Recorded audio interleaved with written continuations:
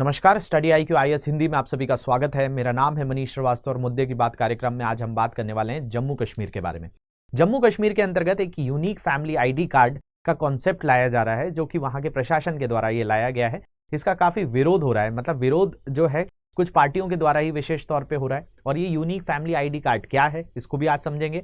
और क्या आधार कार्ड वहां नहीं चलता है जम्मू कश्मीर के अंतर्गत, क्यों इस पहचान पत्र की जरूरत पड़ी है, और क्या भारत के दूसरे राज्यों में भी ऐसा कोई कॉन्सेप्ट है कि नहीं, इस चीज की आज समीक्षा करेंगे। तो काफी विरोध हो रहा है। नेशनल कॉन्फ्रेंस पार्टी PDP जो महबूबा मुफ्ती की पार्टी है, फारूक अब्दुल्ला की पार्टी है, कांग्रेस के द्वारा इसका विरोध किया जा रहा है, बीजेपी इसके सपोर्ट में देखने मिल रही है। तो ये ऐसा क्यों हो रहा है, इस चीज को आज की क्लास में समझेंगे। तो भाई जम्मू कश्मीर के अंदर जो है हम बात कर रहे हैं किस चीज की, परिवार पहचान पत्र, जिसको वहां पे कहा गया है यूनिक फैमिली ID कार्ड।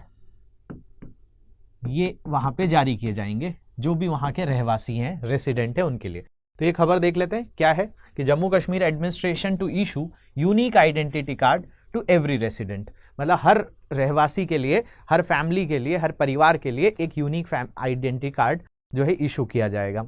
अब ये जो है डिसीजन जो है जम्मू कश्मीर गवर्नमेंट ने डिसाइड किया है। अब जम्मू कश्मीर के अंतर्गत अगर हम बात करें तो 2019 से अगस्त 2019 में यहाँ पर क्या कर दिया गया, आर्टिकल जो 370 था वो हटा दी गई, और साथ साथ 35A भी यहाँ से हटा दिया गया। तो जम्मू कश्मीर को एक UT भी कन्वर्ट कर दिया गया था।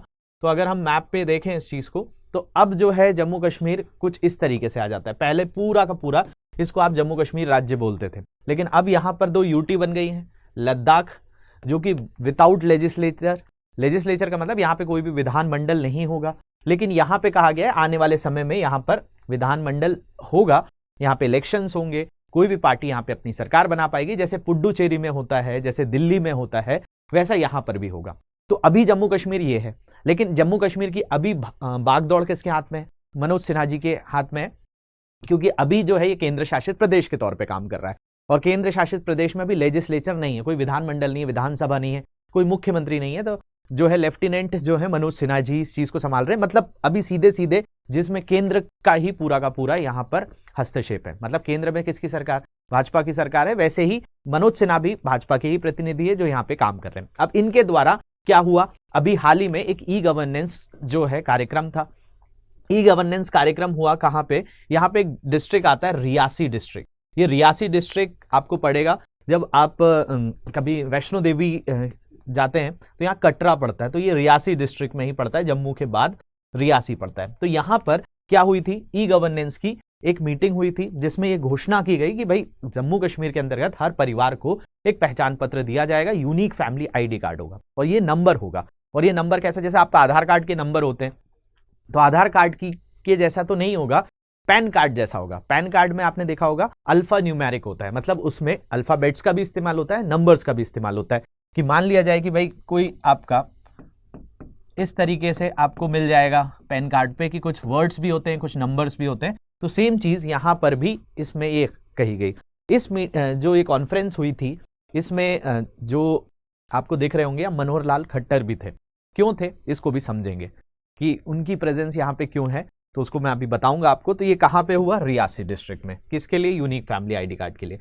तो आगे बढ़ते हैं और समझते हैं कि क्या है ये यूनिक फैमिली ID कार्ड, और इस पर जो है बाकी जो लोग हैं वो विरोध क्यों कर रहे हैं, इतना विरोधाभास क्यों हो रहा है, तो उस चीज को समझेंगे, हम अपनी भी समीक्षा करेंगे।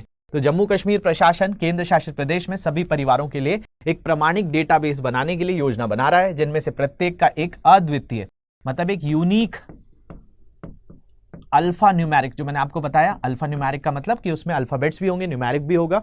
और उद्देश्य जो है विभिन्न सामाजिक कल्याण योजनाओं के पात्र लाभार्थियों को आसान चयन है। अब इससे क्या मतलब है, तो देखा जाए तो भाई वहां का प्रशासन कह रहा है कि कई बार ऐसी चीजें होती, कोई योजना आई, सरकार ने कोई योजना जो है घोषणा करी, तो अब क्या होता है, एकदम शुरुआती सिरे से सबको उस योजना का फायदा उठाना है, तो क्या करना पड़ेगा, सारे डॉक्यूमेंट्स लेकर जो है कार्यालय में जाना पड़ेगा, दफ्तर में जाना पड़ेगा, लाइनें लगानी पड़ेंगी, और फिर जो भी लाभार्थी होंगे उनको वो फायदा मिल पाता है। इनका कहना है कि हम एक बार आइडेंटिटी कार्ड बनाएंगे और उससे जो भी योजनाएं होंगी वो हम खुद ही देख लेंगे। जैसे कि मान लिया जाए, एक बहुत सरल सा एग्जाम्पल मैं देता हूं जो यहाँ की सरकार ने भी दिया, कि भाई जैसे ये क्या करेंगे, ये जन्म प्रमाण पत्र, मृत्यु प्रमाण पत्र या विवाह प्रमाण पत्र, मैरिज सर्टिफिकेट्स बनाएंगे। तो मान लिया जाए किसी फैमिली में 4 लोग हैं, अब उस 4 लोग में मदर हैं, फादर हैं, एक डॉटर है, एक उनका सन है, मतलब माता पिता और एक भाई बहन है जो उनके पुत्र और पुत्री हैं। मान लिया जाए इस पुत्री की शादी हो जाती है कहीं एक्स से, तो ये क्या हो गई, ये किसी दूसरे परिवार में चली गई। तो जो मैरिज सर्टिफिकेट बनेगा ई गवर्नेंस के तहत, उससे ये जो है फैमिली आईडी में ये इनको अलग से इनका नाम किसी दूसरे परिवार में ऐड नहीं कराना होगा, ये अपने आप हम कर लेंगे। इनका ये कहना है कि भाई एक बार जो है बस आप फैमिली आईडी कार्ड बनवा लो, बाकी चीजें हम आगे मैनेज करते रहेंगे ई गवर्नेंस के थ्रू। ई गवर्नेंस का मतलब प्रशासन। देखिए सरकार और जो है प्रशासन दो एक अलग अलग चीजें, मतलब ब्यूरोक्रेसी जो होती है वो पूरा का पूरा काम कर रही होती है किसी भी राज्य में, सरकार डिसीजंस लेने का काम करती है। तो इसलिए कई बार आपने एक शब्द सुना होगा कि मोर गवर्नेंस और लेस गवर्नमेंट, मतलब कि आपका ज्यादा से ज्यादा प्रशासन हो, कम सरकार का हस्तक्षेप हो। तो यही एक पहल है जो वहां पे कि यूनिक फैमिली आईडी कार्ड से हम इस तरीके से लोगों की व्यवस्था कर देंगे और लोगों को ज्यादा से ज्यादा फायदा मिल सके। और हम जो है जम्मू कश्मीर के अंतर्गत लगभग जो है 1.5 करोड़ के आसपास लोग रहते हैं वहां पे, तो उनके लिए ये पूरी चीज की जाएगी। ये तो किसका जो है पक्ष है, ये पक्ष जो है बीजेपी का है, और साथ साथ लेफ्टिनेंट जो जनरल है वहां पे आपके मनोज सिन्हा, उनका कहना है इसके बारे में। लेकिन विपक्ष, मैंने आपको कहा कि विपक्ष इसके सामने आ रहा है। तो भाई परिवार आईडी कार्ड आवंटित करने के प्रस्ताव कदम का भाजपा द्वारा स्वागत किया गया है, लेकिन अन्य दलों द्वारा इसकी आलोचना की गई जिन्होंने व्यक्तिगत डेटा सुरक्षा पर चिंता जताई है।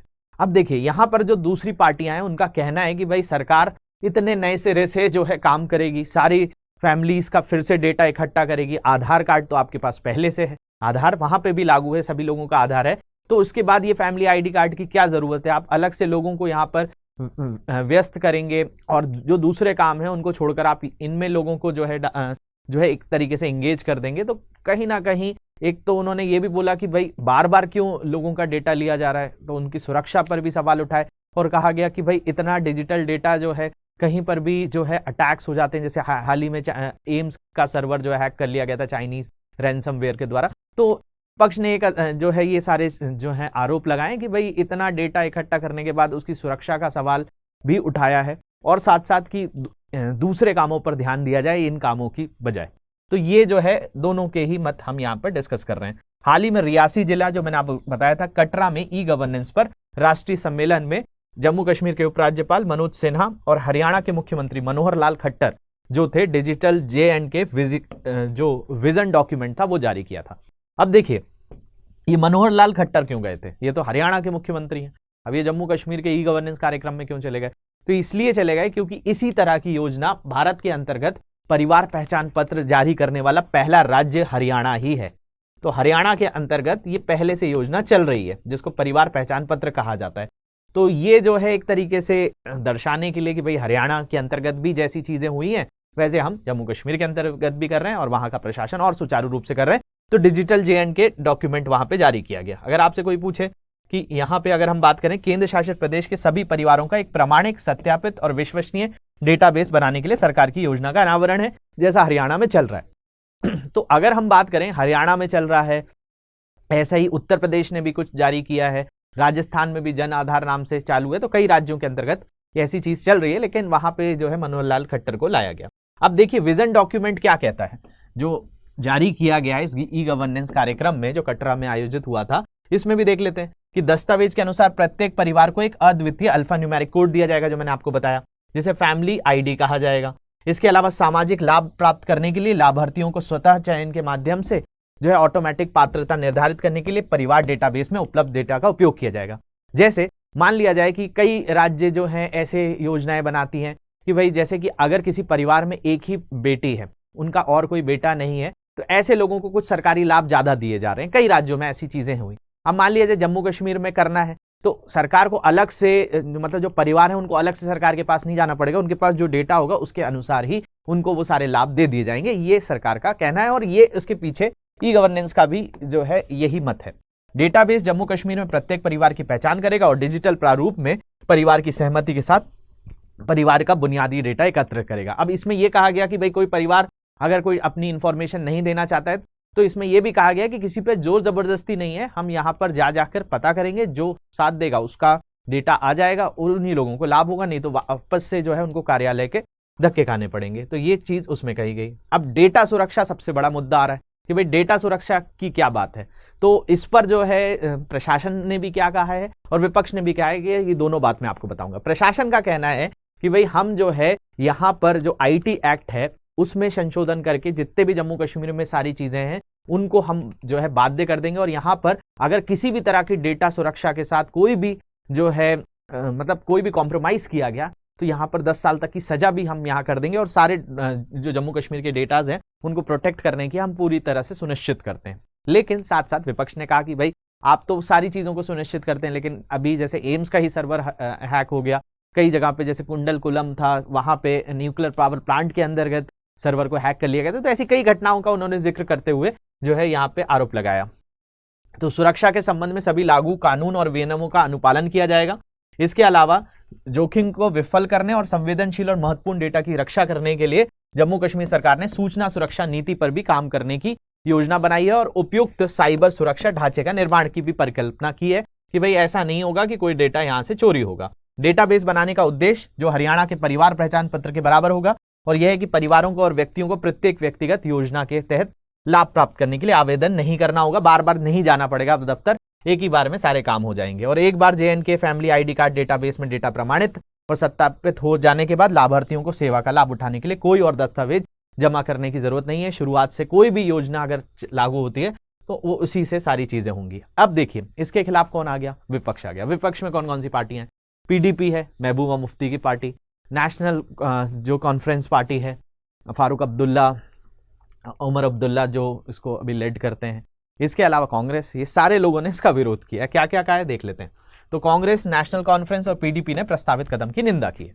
उन्होंने कहा कि भाई बहुत सारा समय खराब किया जा रहा है। कांग्रेस के प्रमुख प्रवक्ता और पूर्व विधायक रविंदर सिंह ने सरकार की मंशा और ऐसे डिजिटल डेटाबेस को साइबर हमलों से बचाने की क्षमता पर सवाल उठाया। दूसरा, सरकार हर चीज में झांकना क्यों चाहती है उनका कहना है, और इनके पास पहले से ही आधार के माध्यम से पर्याप्त डेटा है और सीधे बैंक हस्तांतरण जो है कि अभी तक सरकार जो है DBT डायरेक्ट बैंक ट्रांसफर तो कर ही देती है कई योजना में, तो उसी का उपयोग करे, क्यों अलग से ये चीजें लेकर आ रही है।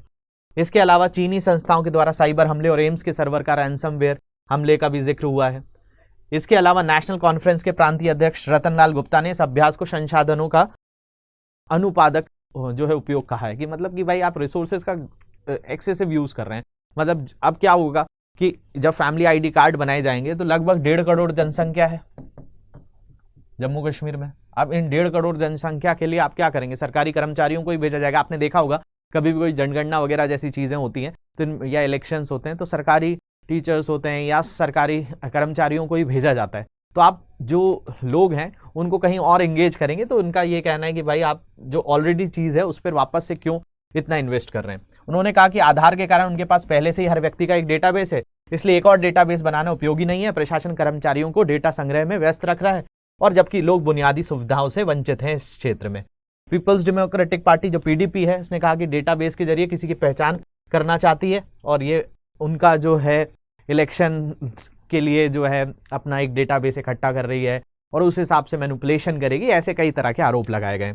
इसके अलावा जम्मू कश्मीर में बहुत सारी समस्याएं जिन्हें सरकार नजरअंदाज करती आ रही है और सरकार इस डेटाबेस के माध्यम से किसी की पहचान करने की कोशिश कर रही है, ये सारी चीजें आरोप लगा रही है। इसके अलावा बीजेपी क्या कह रही है, अब ये तो सारे विपक्ष हैं, अब ये इनके फायदे गिनाएंगे क्योंकि यही होता है कि जो जिसकी पार्टी होती है वो इस योजना का लाभ बताता है, जो विपक्ष होता है उसके कमियां गिनाता है।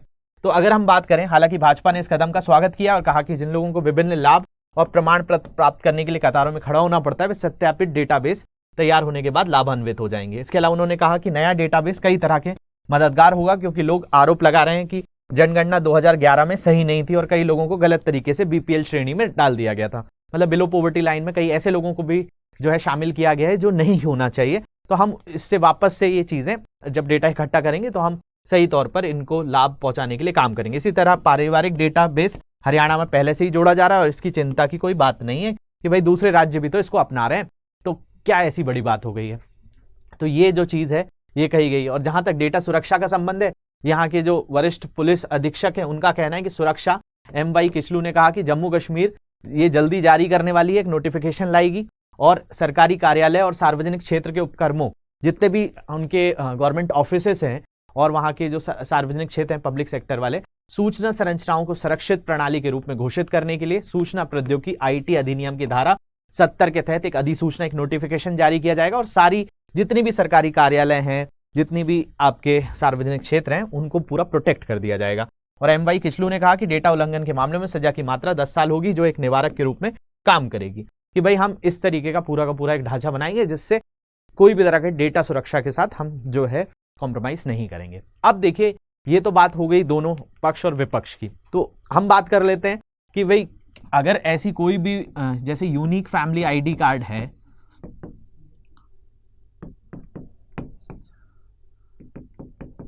जिसको हम क्या कह रहे हैं, परिवार पहचान पत्र कह रहे हैं। तो सबसे पहले अगर हम इसकी समीक्षा करें तो ऐसे लागू करने वाले कौन कौन से राज्य हैं? हरियाणा में ये पहले से चल रहा है। इसके अलावा अगर हम बात करें, यूपी ने भी इसको लागू किया है, राजस्थान ने भी इसको स्टार्ट किया हुआ है। राजस्थान में जन आधार के नाम से है। तो कई तरह की ऐसी चीजें होती हैं जो अगर हम ग्राउंड लेवल पे देखें तो उनकी जरूरत भी होती है। मतलब कई राज्यों में जो योजनाएं होती हैं, सरकारी योजना होती हैं, उसमें वाकई लोगों को परेशान होना पड़ता है, बहुत ज्यादा परेशान होना पड़ता है। लोगों को जो है कई अपनी जो हक की चीजें उनको लेने के लिए ही पैसे देने पड़ते हैं। मतलब सरकारी योजना का फायदा उठाने के लिए भी चीजें करनी पड़ती हैं। अब यहां पर जो बेसिकली चीज है, क्या हम जम्मू कश्मीर का ये स्टेप को एकदम सही बोल दें या एकदम ही गलत बोल दें? तो हम जो है इसको ढंग से समझते हैं। देखा जाए तो क्या होता है कि जैसे जो विपक्ष की भी बात है उसमें भी दम है कि होता यह है कि जब भी कोई योजना ऐसी होगी, अगर कोई फैमिली आईडी कार्ड कहीं पर कंपलसरी हो गया है, तो फैमिली आईडी कार्ड अगर कहीं कंपलसरी है किसी योजना का फायदा उठाने के लिए, तो क्या होता है, इसमें बीच में आ जाते हैं बिचौलिए।